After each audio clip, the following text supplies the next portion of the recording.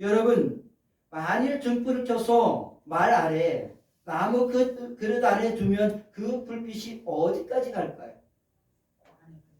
그 나무 그릇 안에만 밝히는 겁니다. 그 나무 그릇 밖으로 불빛은 퍼져 새어나가지 못할 것입니다. 그 그릇에 가두어져서 그 등불의 불빛은 방 안 전체를 환하게 밝히지 못합니다. 여러분, 지금 한국교회가 그렇다는 것입니다. 마태복음 5장을 기록할 때요, 하나 주님께서 마태복음 5장에서 산상수훈을 말씀하실 때에 이 대상들이 누구였겠습니까? 유대인들이었겠죠. 유대인들을 향하여서 이 복음을, 이 말씀을 산상수훈을 선포했겠죠. 하나님께서 유대인들에게 참으로 좋은 빛을 주셨습니다. 근데 그 빛을 유대인들이 어떻게 했습니까? 이스라엘 공동체 안에만 가두어 놨습니다. 그것을 주님께서는 경계하고 그리고 또한 경고하시는 말씀이시기도 한 것입니다. 여러분, 지금 한국교회가 그렇습니다. 교회가 그 빛의 좋은 모습을 교회 안에 가두어 두고 있습니다. 여러분, 우리의 빛이 교회를 밝히는 것은 정말 좋은 일입니다. 그런데 주님은 이러한 현실을 안타깝게 생각하고 있습니다. 빛은 정말 좋은 것입니다. 소중한 것입니다. 귀한 것입니다. 빛은 생명을 줍니다.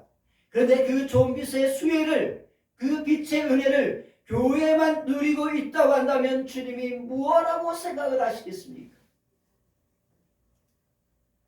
여러분, 주님은 15절 하반절에서 이렇게 말을 하고 있습니다. 말 아래에 숨겨둔 그 빛을 이제 오픈해라. 오픈해서 꺼내서 등경 위에 두어라. 그리고 방 안 전체를 밝힐 수 있게 하라고 말씀하고 있습니다. 교회라는 공간에 가두어져 있는 그 빛을, 너희 안에 숨겨져 있는 그 빛을 이제 꺼내서, 교회 안에서 꺼내서 세상 사람들이 볼 수 있도록 너희 안에 있는 그 빛을, 여러분 안에 있는 그 빛을 꺼내서 세상 사람들이 볼 수 있도록 만들어라. 꺼내라는 것입니다. 사랑하는 성도 여러분, 우리 이 시간 한번 생각해 봅시다. 나는 주님이 나에게 주신 그 빛의 은혜를 말 아래 내 가슴 속에, 내 육체 속에 꼭꼭꼭 숨겨두고 있지는 않는지, 아니면 주님께서 나에게 주신 그 빛을 꺼내서 세상에 비추고 있는지 한번 생각해 보시기 바랍니다. 잠시 한 3초 생각해 보시기 바랍니다.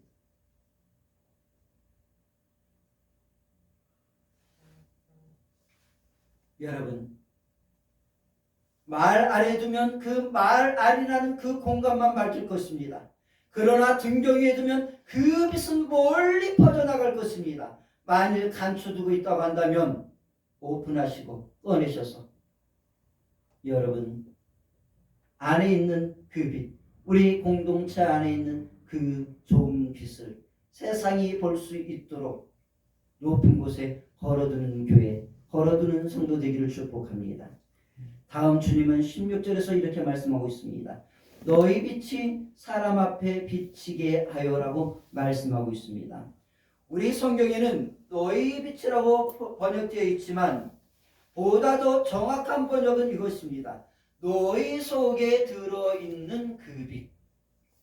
너희 빛이라고 표현되고 있지만 너희 속에 들어있는 그 빛이라는 표현이, 그런 해석이 더 옳은 표현입니다.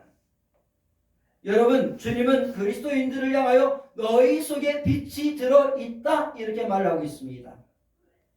여러분, 우리가 빛이라는 주님의 말씀을 대할 때, 너희가 세상을 향하여 빛이 되라고 말씀하실 때에 우리는 되게 나를 빛의 반사체 정도로 생각하는 경우가 많습니다. 그런데 이 말씀을 준비하면서 생각해 봤을 때 우리가 빛의 반사체 정도에 지나지 않는가? 과연 그것이 맞는가를 생각해 봤습니다. 여러분, 우리는 빛의 반사체가 아닙니다. 우리는 빛 그 자체입니다. 우리는 빛의 반사체인 아닙니다. 거울은 빛이 비치면요, 그것을 받아서 반사시키는 반사체입니다. 그렇죠. 그런데 그 거울이 빛을 받아서 빛을 반사시킨다고 해서 그 거울 속에 빛의 성질이 있습니까? 빛의 성질이 그 거울 속에 없습니다. 달도 마찬가지죠. 달이 밤하늘에 빛납니다. 그런데 그 달이 빛을 갖고 있지 않습니다. 빛의 성질을 갖고 있지 않습니다. 그럼에도 불구하고 빛이 반처럼 밝게 빛나는 것은 햇빛을 받아서 반사시키는 것이죠. 그렇다고 해서 달 속에 빛의 성질이 있습니까? 하나입니까? 달 자체는 하나지 않습니다. 여러분, 우리는 빛의 반사체가 아니라 빛 그 자체인 것입니다. 우리 안에는 빛이 이미 가득한 것입니다. 그 이유가 무엇입니까? 우리 안에 빛이신 예수 그리스도가 있기 때문에 그렇습니다. 세상의 빛으로 오신 예수님이 오늘 여러분 안에 있습니다. 그렇다고 한다면 여러분은 빛의 반사체가 아니라 빛 그 자체인 것입니다. 여러분은 어둠이 아니라 빛입니다. 그것도 그리스도의 빛이고 하나님의 영광의 빛이고 성령의 불꽃인 것입니다. 여러분 안에 있는 어둠은 주님이 오시는 순간 이미 떠나가 버린 것입니다.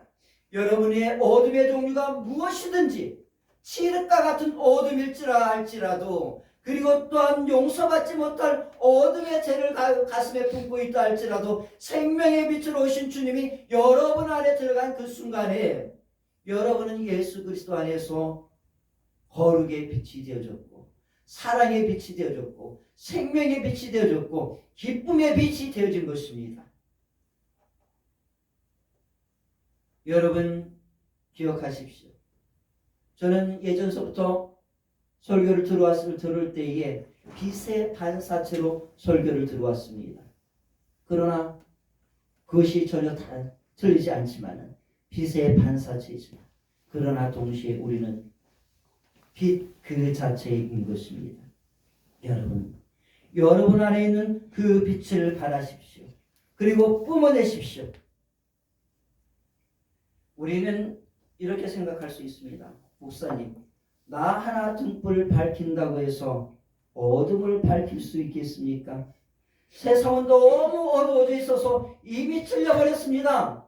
빨리 예수님이 오셔서 어둠의 자식들 다 심판해버려서 쓸어버렸으면 좋겠습니다.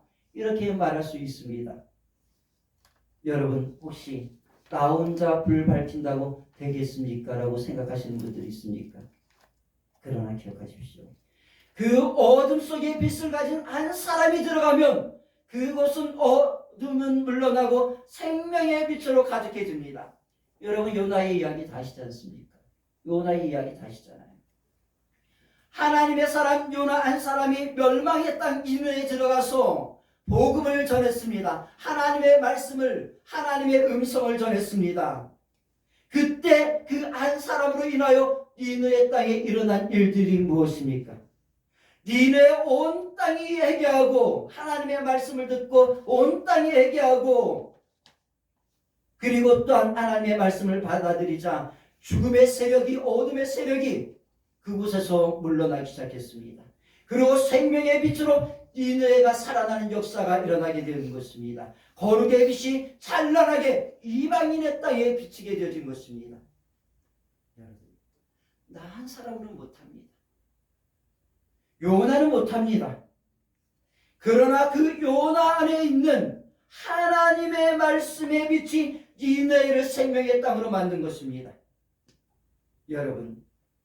여러분은 세상을 밝힐 수 없습니다. 나도 밝힐 수 없습니다.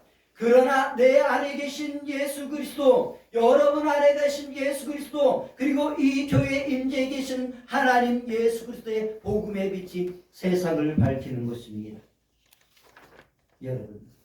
여러분은 복음의 빛입니다.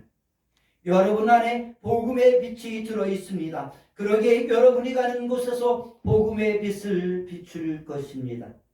그리고 그 복음의 빛으로 인하여 어둠 속에서 빛으로의 역사가 분명히 일어날 줄로 믿습니다. 여러분, 어둠은 결코 빛을 이기지 못합니다. 그러나 어둠 속에 빛이 비추어도 여전히 어둠 속에 있는 사람들이 있습니다. 이것이 우리의 어떤 딜레마이기도 합니다. 질문이기도 합니다. 목사님, 하나님, 내가 이 세상에서 빛나는 삶을 살았습니다. 빛을 비추었습니다. 그런데도 여전히 그 사람 속에 빛이 들어가지 않습니다라고 질문을 던질 때가 있습니다. 이것이 그리고 우리의 어떤 영적 딜레마이고 부흥의 딜레마이기도 합니다. 여러분, 이유는 무엇일까요? 아침입니다. 아침 해가 찬란하게 떠올랐습니다.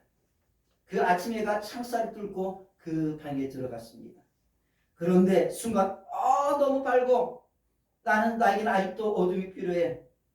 난 잠을 더 자야 하는데 눈이 부셔서 잠을 잘 수가 없어. 이렇게 말하고 커튼을 탁 쳐버렸습니다. 여러분, 순간 어떻게 될까요? 그 방은 어두워지지 않겠습니까? 순간 빛은 사라지고 어둠만 그 방에 남았습니다.